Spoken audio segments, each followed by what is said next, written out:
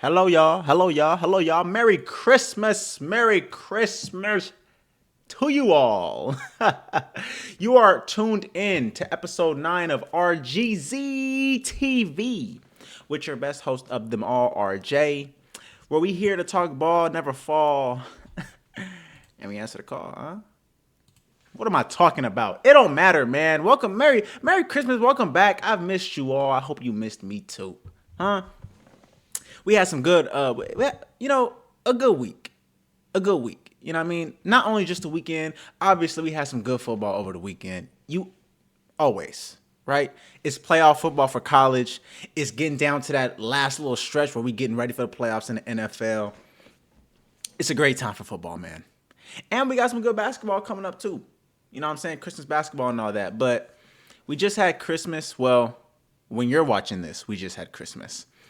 And if I'm being truthfully honest, man, I love the holidays. You know, Christmas, I feel like you never really enjoy Christmas to its fullest unless you're either A, the child yourself, or B, you have children. You know what I mean? Because I feel like Christmas is meant for family gathering, but in terms of like gift giving and, you know what I'm saying, waking up in the morning, opening gifts under the tree and all that, I feel like it's even better when there's kids in the mix. When you have a family full of adults now, like my family in particular, we were all kids around the same time. You know what I mean? Like we were all, me, my cousins, my second cousins, all my siblings stuff. We was all kids around the same time.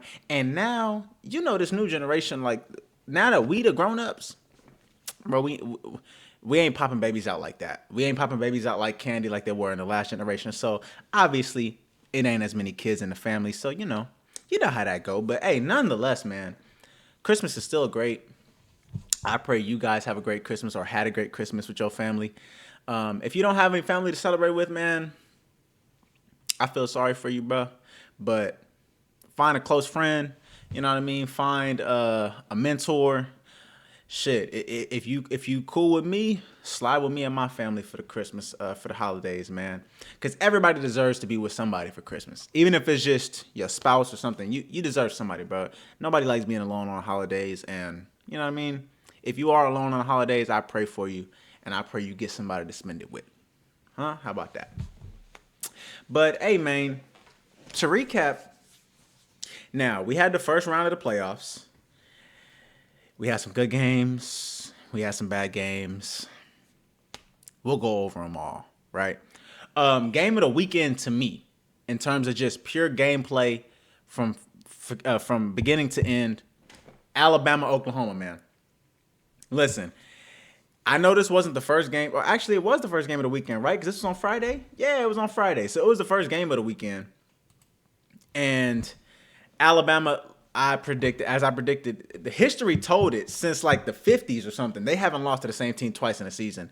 And history repeated itself. They lost to Oklahoma earlier in the season. Didn't happen again. They beat them. They were down 16 at one point. Came back, beat them 34-24, right? Now, I had some homies over. We was watching this game, just enjoying the night, right? At first, it looked like Oklahoma was about to run away with it. Like, for real, it looked like Oklahoma was about to run away with it. Material was clicking. Offense was clicking. Defense was clicking, right? Then all of a sudden, right before halftime, they got a touchdown. Then they got a pick. I said, ooh. They tied the game going into halftime. I said, hey, bro, if they come out and score again, it's GG's. What did they do? They came out, they scored. Hey, what can I say, man? Alabama, they pulled out a win. Ty Simpson had a perfect game. No interceptions, no turnovers at all. He completed, what was it? He was like 18 of 19 or 18 of 29, should I say. I'm sorry. But great game. I do have a question, though. And I'm not trying to shit on him because I fuck with the young boy. Yeah, he was 18 of 29. 2 touchdowns, 232. Yeah, perfect game. I say all that to say, of those 232 yards that Ty Simpson threw for Alabama, only 5 of those yards were to Ryan Williams. Where the hell is Ryan Williams? I want to ask that question because ever since that crazy catch against Georgia, what was that, last year? Buddy's been real mediocre. And it was crazy because at the beginning of last season, him and Jeremiah Smith were on like the same wave. Like they were both making shit look crazy. They were both true freshmen. Ryan Williams, I don't know what the hell's going on, bro. But I pray that you're not a one-hit wonder. I pray that you're not a one-hit wonder. But yeah, Oklahoma moves on in this playoff bracket. They are gonna face Indiana now in the Rose Bowl. That's second round. That's on New Year's Day. I'm gonna tell you right now. I'm not even gonna wait to the end to give y'all my predictions. I feel like Indiana's gonna beat them. Now, Indiana had the bye, so they may come out a little sloppy. It happens all the time, especially in college. You get a bye week in college, you might come out a little sloppy. It's understandable. They haven't played. By the time they play their game, because January 1st ain't till Thursday, so like they get a whole extra like 4 days on top of having a bye week. So like they haven't played football in like 2.5 weeks. So I can predict that maybe they come out a little rusty. However, I still got them beating Alabama. In terms of like just pure top to bottom team, Indiana is better than them. But Alabama, I like what y'all got going on though. Like y'all got some good shit going on. But hey, I feel like second round, y'all run into a buzzsaw in Indiana and they handle you, right? I feel like they handle you. So good job on your win in the first game. But hey, look out because the Hoosiers are coming. Hoosiers are coming. Also round one. This was the only other game that was close. Only other game that was close. Miami beat Texas A&M 10-3. Now, the football fan in me, like the football purist, the football coach in me loves defense, right? In a playoff game where the final score is 10-3, and that 10, like it was 3-3 for a long. Goddamn! First off, it was 0-0 at halftime. So that lets you know, whole first half it was scoreless. Then it was 3-3. That last 7 points didn't come to the very end where they gave it to Malachi Tony for a touchdown. Here's what I will say about this game, because I was watching this game closely as well. Texas A&M. I feel like it happened during South Carolina's game. South Carolina low-key exposed something within Texas A&M when they were whooping their ass, and like Texas A&M couldn't score at first until the second half. I feel like after that game, I feel like everybody went back and watched that film, even though they came back and won the game that week. But I feel like everybody came and watched that film in particular, and as a result, they've been exposing that in particular, because ever since that game, their offense doesn't look the same. QB had two turnovers again, right? Miami's defense now, I will say this, Miami's defense is great. Like, they're very good. They've been good all season. Like, it's the reason that they only had 2 losses on the season. They've been good all season. So I'm not going to take anything away from Miami. But in terms of Texas A&M, your offense has fallen off. Like, against Texas, y'all was struggling. Y'all was struggling against South Carolina. Y'all struggle like crazy right now. And this is when you need the money, bro. It's time to get money. In the playoffs, I don't got time for my bads. I don't got time for I'll get them next time. Nigga, ain't no next time. We got to win right now or we're going home. And Texas A&M was home. Texas A&M, you're home. You're in College Station. They was doing that Texas Hold'em hood. They was doing all that shit all day. Still didn't work. You got home field advantage and still got beat. But hey, Miami is going on to play Ohio State in the Cotton Bowl. Theirs is New Year's Eve. That's the only New Year's Eve game in terms of these playoffs that's left. Miami, Ohio State. Same thing. I feel like Ohio State is a buzzsaw. I foresee Ohio State beating them. Now, same thing. Ohio State could be rusty.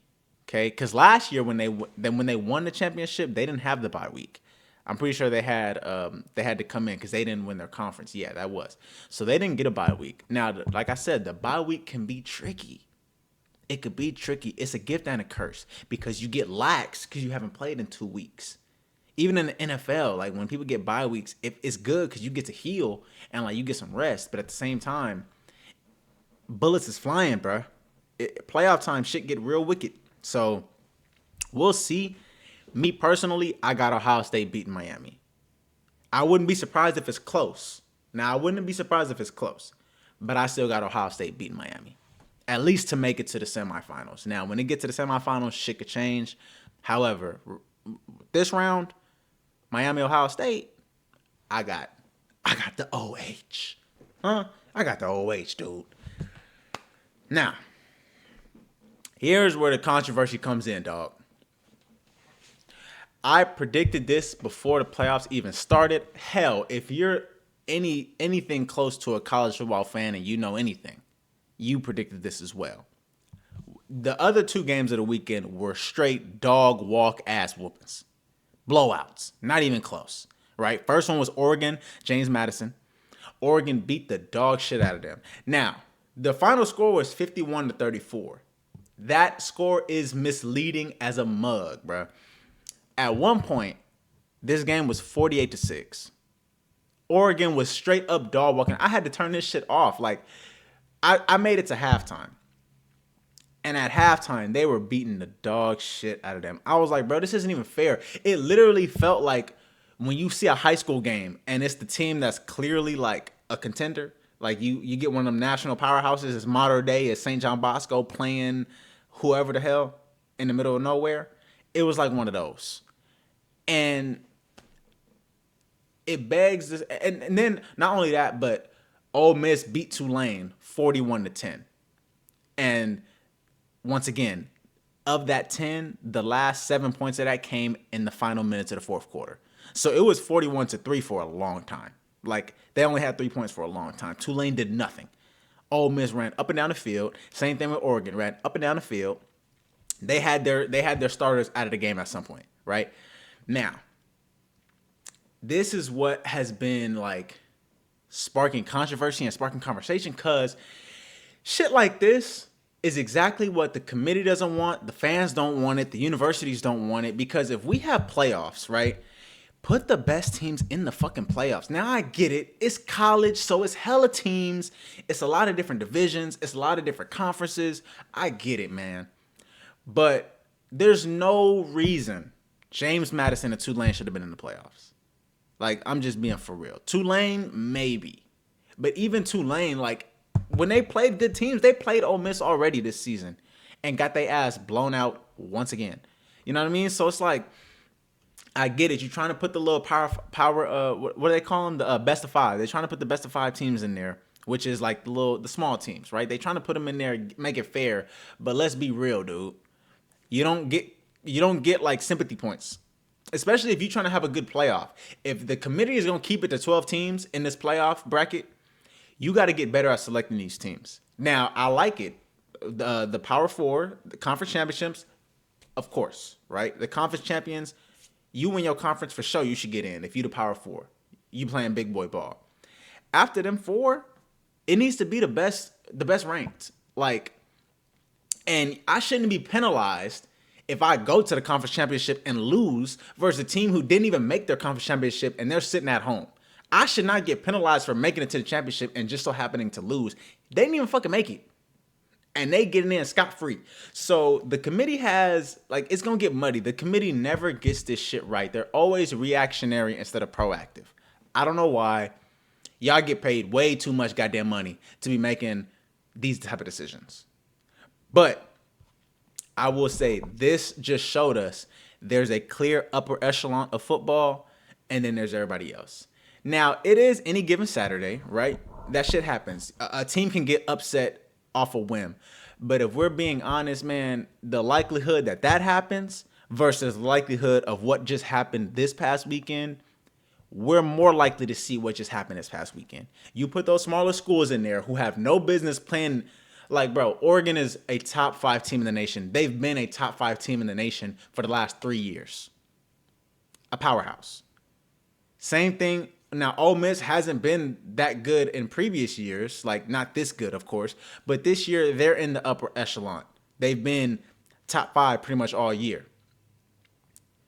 You don't mix them teams up with the teams who are playing fucking Duke and who's playing Middle Tennessee and who's playing, like, them little schools. No disrespect to y'all. I mean, y'all shit matter too.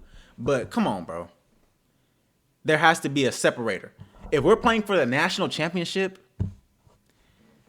the likelihood that you're gonna upset a team just because you there is not very high. It could happen for sure. Anything could happen on any given Saturday. The likelihood of though, like, come on, we banking on that? That's not good enough, bro. Hell no, not good enough. And JMU, Tulane, prayers to y'all, bro, but don't put them niggas back in no more. For real, don't put them in no more. At this point, put the best teams in. I don't know what the committee is going to do in terms of how they're going to select these teams, but y'all get paid enough money to figure that shit out. That's your only job. Figure out how to get the best product on the field every year. For the teams who are still in the playoffs, man, Oregon, after that blowout, they're about to play Texas Tech in the Orange Bowl, New Year's Day. I already knew this was going to be the matchup, and I honestly, like, seeing the way Oregon played, I can't put no real stock into it because you played James Madison.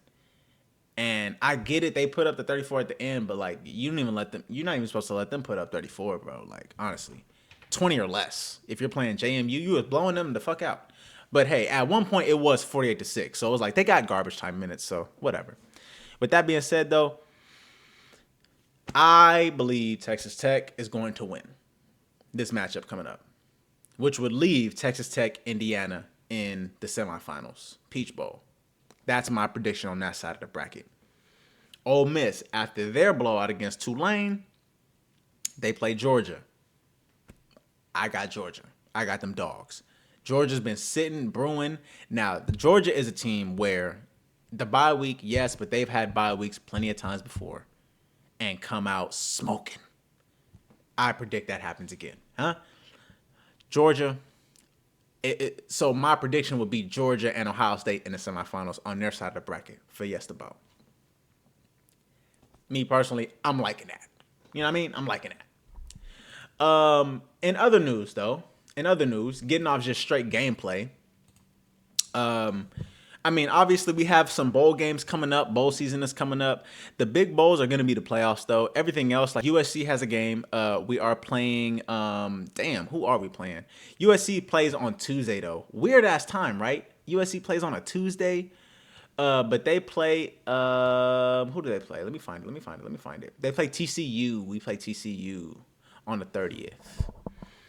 But Malachi Lemon's not going to play. Jacoby Lane's not going to play. It's a number of guys who are not going to play. This is going to be a game where the young guys get to show what they're about to see who's going to play next year. So I predict that we'll be good in that. In USC news, though, for the first time since 1946, USC is not going to play Notre Dame. They ended their contract. They couldn't come to an agreement, right?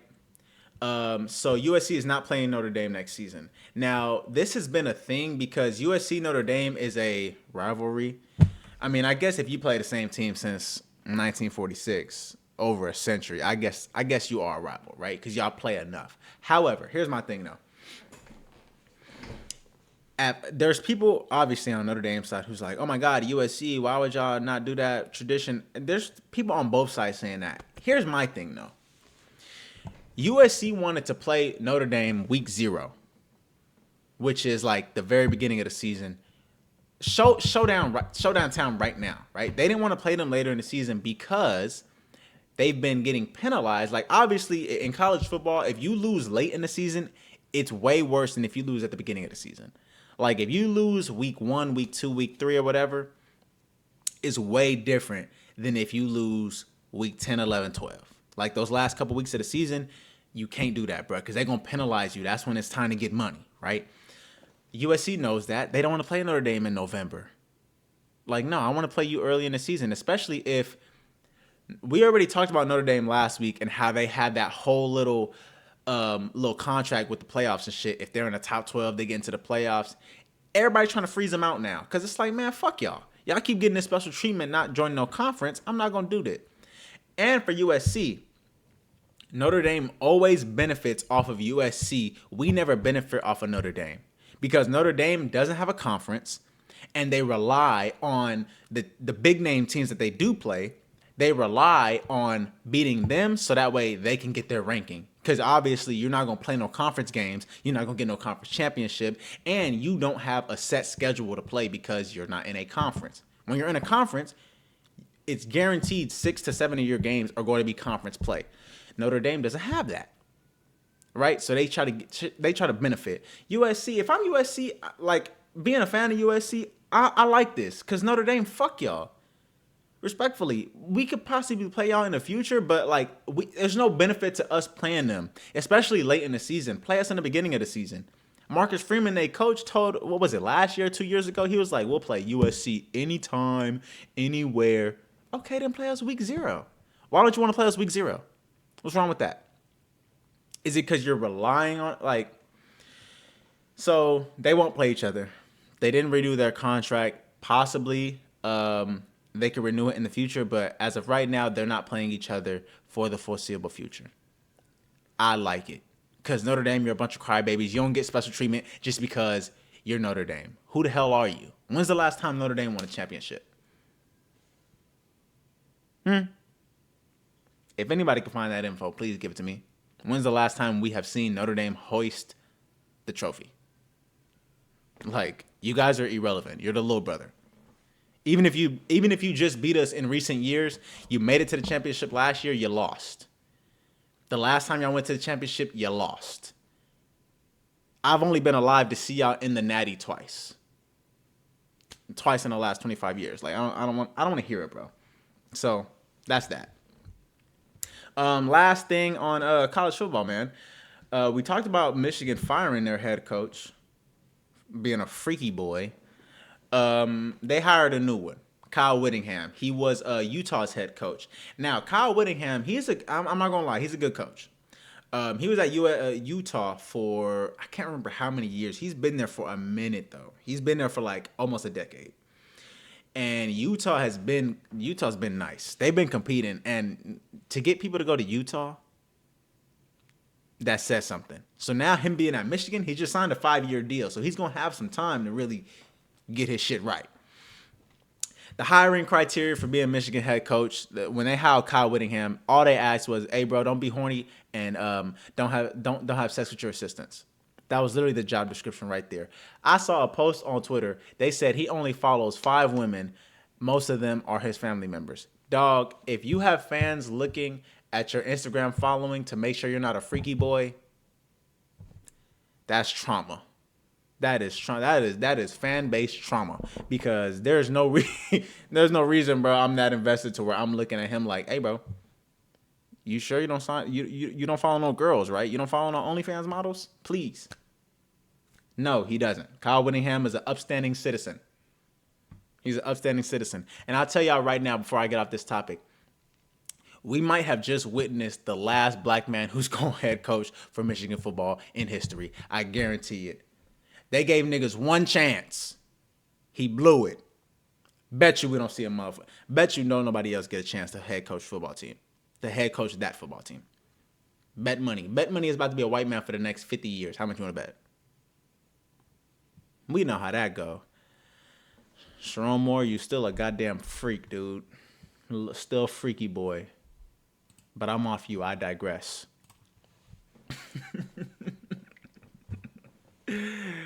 Oh, man. Holiday spirit. Gotta love it, dude. Speaking of holiday spirit, I was gifted such a wonderful treat Monday night prime time. Let's head over to NFL, man, because the Niners got something brewing. Boy, do I tell you, the Niners got something brewing. Look, just on Monday, prime time, they beat the dog shit out the Colts. 48-27. Made Phillip Rivers look like his old ass should. Like a pedestrian. Now I can't be facetious, right? I did watch the full game. So at the beginning of the game, he was dinking and dunking, dicing our shit up. Here's the thing. That shit only lasted so long, dude. Yeah. First quarter, you was dicing. Josh Downs was going crazy. Who the white boy number 14?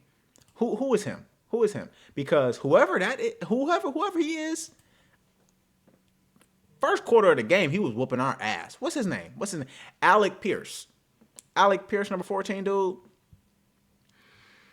I was so mad at how they were just letting you get wide open. But hey, we're not gonna dwell too much on that, man. Brock Purdy threw 5 touchdowns in the win. He is the only quarterback besides Steve Young and Joe Montana. Both of them are in the Hall of Fame, by the way. He's the only 49er quarterback to throw for 5 touchdowns, besides those 2 people right there. So he's in elite company right now. He did have a pick, but it wasn't the worst thing in the world. I mean, obviously you don't want picks, but you can live with those. Now I will say this. Okay. I've been talking about how with the Niners, right? I'm nervous. I'm nervous because our defense in the playoffs, right? This game, I kind of anticipated that it was going to be a little bit of a struggle on our defense initially. I kind of already, I knew that. It's been like that all goddamn year. Ever since our key players got hurt. At the same time, since Brock Purdy has come back, our offense has been fucking rolling.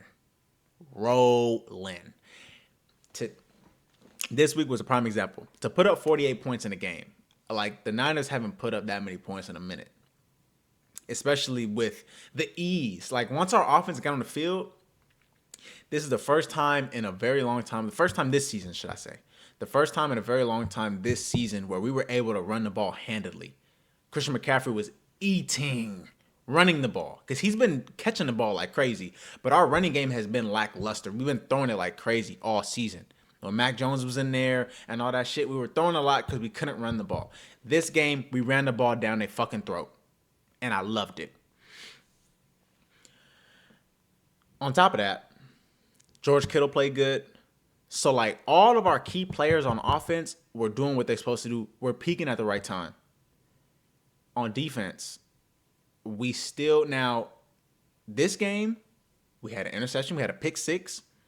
They also got a couple sacks. So, in terms of, the production, our biggest Achilles heel all season has been QB pressure, turnovers. We have not been able to do either. This game, we were able to do both. Here's the thing, though. They need to keep this shit consistent. With this win, right? And not only that, we'll get into it in a second, but the Seahawks beat the Rams. So, if the Niners win out these last 2 games, because they just beat the Colts, if they win these last 2 games, they get the number 1 seed in the playoffs. They get a bye week. Shit is gonna be spooky. Huh? Look me dead in my face right now. I'm telling you. If the Niners get the number 1 seed, you niggas in trouble. Not only that, though. Fred Warner said, or I don't think he didn't say it, but it's rumors that Fred Warner could be coming back for a playoff push. It's possible. Do I want him to come back on a fucking ankle? Not necessarily. It'll be great. You know what I mean? It'll give some hope. Make sure you fully healthy, though, dude. I get it. They saying he's excelling in his ankle rehab right now. After that, because he fucking dislocated his ankle and he fractured his fibula, I think. He dislocated and fractured it. So, if he comes back, though, and he's fully healthy in the playoffs, now we're cooking with fucking grease. Now that grease is hot, and it's time to get cooking. It's time to get cooking. And I'm cooking the fuck out of y'all. Speaking of cooking these goddamn birds, dude. Cooking these birds. Seahawks had came back. They were down at home. It was looking ugly. Matthew Stafford and the Rams was going up and down the field, putting belt to ass, straight money on the field. And what happened? The Seahawks came back at the very end, and they won 38-37, right? In overtime.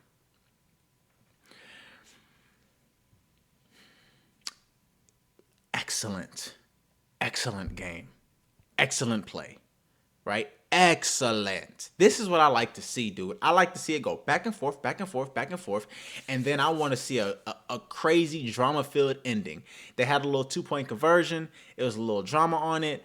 Hey, man, I'm only here to say I thank you, Seahawks. I wanted y'all to win just for the simple fact of if we beat you and the Bears, we get number 1 seed in the playoffs. So I wanted y'all to win anyway. Thank you.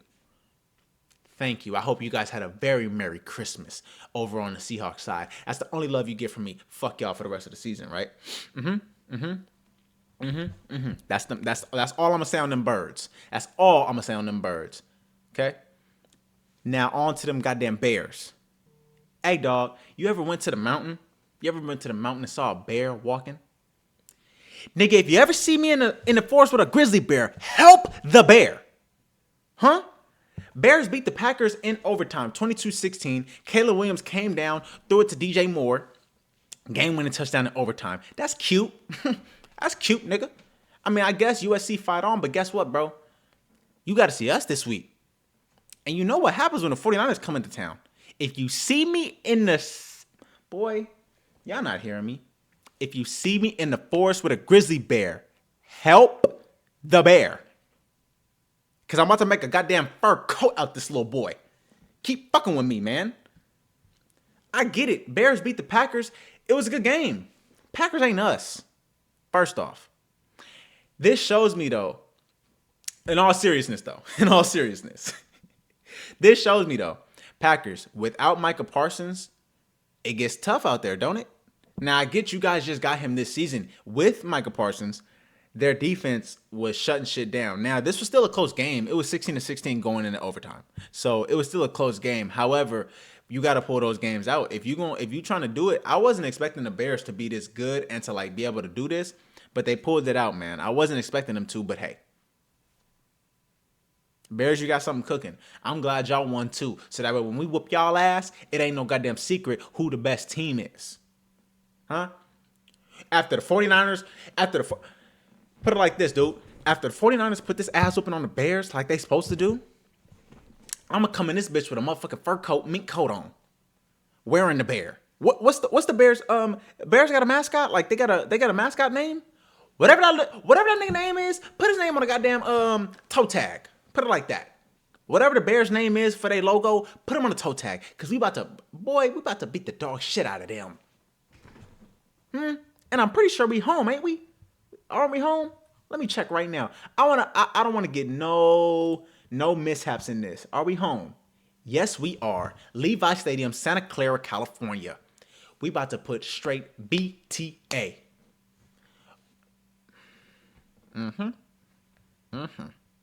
That's all I'm going to say on that. I ain't even going to jinx it. We don't speak too much on wax. Ops might be listening. Right? Speaking of some ops, man. Panthers did beat the Bucks. 23-20. They ended up taking the number one seed, or not the number one seed, but the number one spot in the NFC South. Dude, the thing that pisses me off, man, I wanted to see the Bucks and Baker Mayfield do so good this season, especially because I got Baker Mayfield on my fantasy team. One of my fantasy teams, because the other one I had to drop him like a bad habit, right? But I wanted to see them do better. But ever since they got plagued with injuries in the middle of the season, and it kind of derailed everything that was going on. However, though, in this game, dude, they had ample opportunity to pull this shit out, and they kept blowing it, dude. They kept blowing it. And the reason, I can't even tell you the reason. All I can say is this, Baker. Baker has great plays, but then he'll do shit like just throw it in harm's way for no reason, dude. And I think he's like trying to overcompensate to like make a play, like when he's like pressing. And when you press, you never want that shit. You never want it because it always leads to problems. Bro, to have 26 passes and only have 145 yards, bro. Come on, man. What the hell am I supposed to do with that, dude? That's not good enough. That's not good enough. For us to be throwing the goddamn ball and you have 5.5 yards a throw or a completion, nigga, that ain't shit. That ain't shit. I need 7 and above. If you really like that, I need 7 and above. And they couldn't do it. Even with Bucky Irvin. Bucky Irvin is back. He's getting the bulk load of the carries now. And even with him being back, they still can't find their groove. However, man, Carolina Panthers, I commend you. Bryce Young, Southern California native. I wasn't expecting y'all to be this good, but I can appreciate it though. You know what I mean? Ever since Cam Newton left, the Panthers have been straight bums. So it's good to see them get back to some competitiveness, especially in their division. You know, and that division is weak. You guys can really take that shit. Like the Bucks is the only people standing in your way, because the Saints, we're not worried about them, and the Falcons, they keep getting injured too. So hey, if you guys can keep this shit up, you could really run the division for a minute. But it's the NFC South is always weird. They always have somebody new winning the goddamn division. So we'll see. In other news though, last game I'm gonna go over. This is the last game that I really watched like intensively. Jags did beat the Broncos, right? They beat them 34-20. They ended the Broncos' 11-game winning streak. Hey man, I was so the only part I was pissed about, right? Because it was a good game. It was a good game. I wasn't like mad at the game at all, and I'm in no way a Bronco fan. But goddamn, I got Trevor Lawrence and Travis Etienne on one of my teams, right? Travis Etienne, I couldn't, or is it Trevor or Travis? Because I know he got a brother. I know he got a brother. It's Travis. Dog. I got them both on my fantasy team, on one of them, right? I can't do anything but start Travis because I have no other running backs that are comparable. However, my dumb ass, I start Baker Mayfield over Trevor Lawrence because Baker was playing the Panthers. I'm like, surely Baker could put up some points versus the Panthers. And, you know what I'm saying, Trevor Lawrence going into Denver. Denver's at home, and they're playing one of the hottest teams in the league. You know what I'm saying? 11-game win streak. Nah, that's no way he gonna do nothing. Why the hell this nigga Trevor Lawrence got 4 touchdowns on a day? Man put up like 30 points in fantasy, dude. I was pissed. That man Baker only put up like 14. Dog. But hey, I'll say this though. In terms of the Jaguars, in no way, shape, or form did I predict or did I see the Jaguars doing this good in the season. However, they are, though. With that being said, I don't know how much of contenders they really are. They doing this without even Travis Hunter. Travis Hunter is hurt. He been hurt, I think, since for the last like 5-6 games. That's when he went out. So if they looking this good and no Travis, shit, they got something cooking over there too. And I like it because Trevor Lawrence, he's been needing to like really get his groove in the league. I feel like he might be starting to hit that stride. Denver, they struggled like in terms of really running the ball because they're at their best when they're running the ball, right? If you have a game in terms of being the Broncos, if you have a game where you throw it 47 times like they did and only run it 17 times, you're gonna run into some trouble. Straight like that. You need to be able to control the clock, play great defense, have Bo Nix make plays when he needs to make plays. But you are at your best when you're running the ball. If you're not running the ball, y'all not doing shit, and they showed it. However, hey, we'll see if they bounce back, get back to some wins, right? Dog. That's all the games. Only 2 things, bro. 2 things. For one, DK Metcalf, muscle boy, right? So the Steelers played the Lions. They were in Detroit. I don't know what happened. All I know is I was watching the game because I got Sunday tickets, so I got all 4 games on at one time. Dog, I'm watching the game. All I see at the bottom right-hand corner is this nigga DK reaching up, punching a fan. I said, bro, I don't know what it is they're putting in that Pittsburgh water. Receivers go over there and start tweaking. I don't know what type of juju he put in the air. That nigga was doing seances in there or something. He put something in the air. Why do receivers go to Pittsburgh and all of a sudden turn to goddamn Boxy McGee? What's up? They go over there and start tweaking. George Pickens was doing the same thing. He's been a model citizen ever since he got out of Pittsburgh. Ain't nothing in terms of behavior been wrong with him. I might take that back, actually, because I do remember a game where he and CeeDee Lamb had to sit out a drive. But, you know, they kept that in-house. You know what I mean? They kept that in-house. However, DK, what the fuck are you doing? Dog, you put your hands on a fan. As a result, he was suspended 2 games. DK Metcalf. Here's my thing with DK Metcalf. The player. Overrated as fuck. When he was in Seattle, I never feared that man.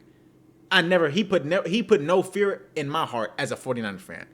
I don't give a fuck if they win or lose. He was never going to be the reason that they won. So y'all paid him all that money in Pittsburgh, and what has been a result? Not shit. He's having a mediocre season. And what could the fans say to you? Dude, you get paid too much money, dude. You get paid way too much money to be concerned with what a fan is saying in row 3. He's not paying you. He don't split no checks. He can say whatever the hell he want, dude.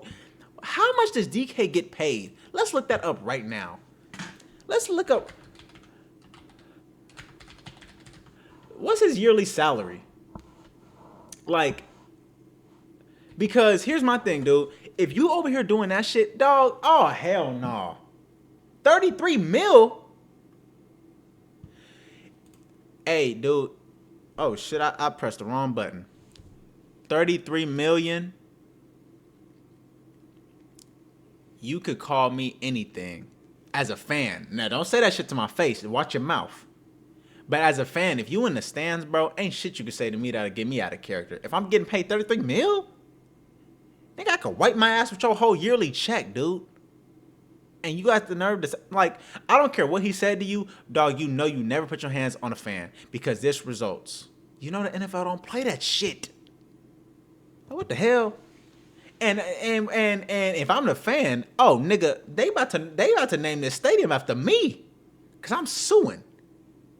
I don't care if you did connect, nigga. I fear for my life.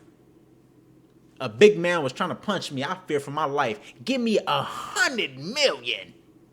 Nigga, Merry Christmas. Huh? DK, muscle boy, chill out. Ain't shit got... They couldn't have said anything that bad. I don't care if you said something about your mama, nigga. Wipe it off. Not at the game. Now, see him after the game. And you could probably talk to him. In the game, bro, what the hell? Okay, you punched him, then what?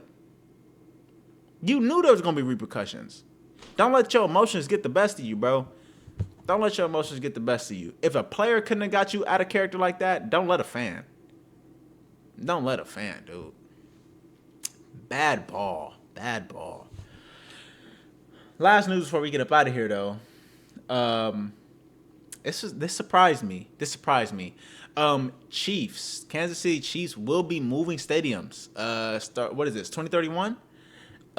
They signed a deal with the state of Kansas, because they're obviously in Kansas City, Missouri, but they signed a deal with the state of Kansas. So now they're going to be moving to Kansas. But Kansas City, Missouri is like close to the border, so it's not going to be that far. But they're going to be in the state of Kansas now, and they have like a little dome being built. Actually, not little, a big ass dome being built. I'll try to attach I'll attach it somewhere right here so you can see what it looks like. It's going to be big as shit. Now, it's good and bad in terms of like for the team, right? I get it. You want to move. You want to expand. However, with the Chiefs, Arrowhead is so historic, bro. And to mine, if you're a Chiefs fan and you know a little bit more about it than me, in terms of like if you've visited Arrowhead, you may have some more insight. But I don't think Arrowhead is like falling apart or like it's hella old or like hella run down. Arrowhead is one of the biggest stadiums in terms of housing people in the NFL. And not only that, it's one of the loudest stadiums, and it's outside. So I don't get why they're making a dome. I don't. Now, I understand in Kansas City it gets cold as shit. So maybe they're doing that so that way the weather doesn't play a factor. However, that's why you are in those states that it gets cold. Because you're used to it, the other team is not. I get it. It's cold as shit. Nobody wants to be in the cold and the snow. I get it. However, dude, it's like it's one part of me who's like, I get it in terms of business, in terms of like getting out the weather, yada yada yada.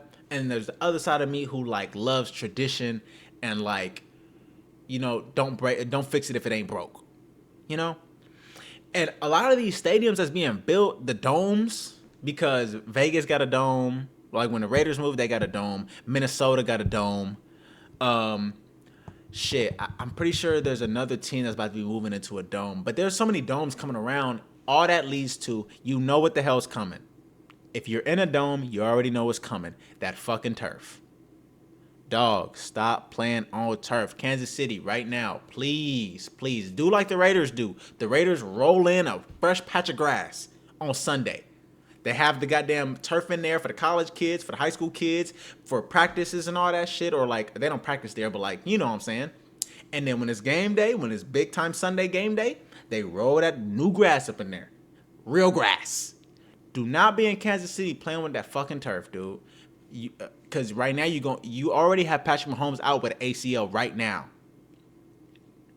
You mess around to get that turf, you for sure gonna get some more players with an ACL injury, and we don't want that. So that's that. But in terms of like look, a lot of the domes look the same. They lack character, they lack uniqueness.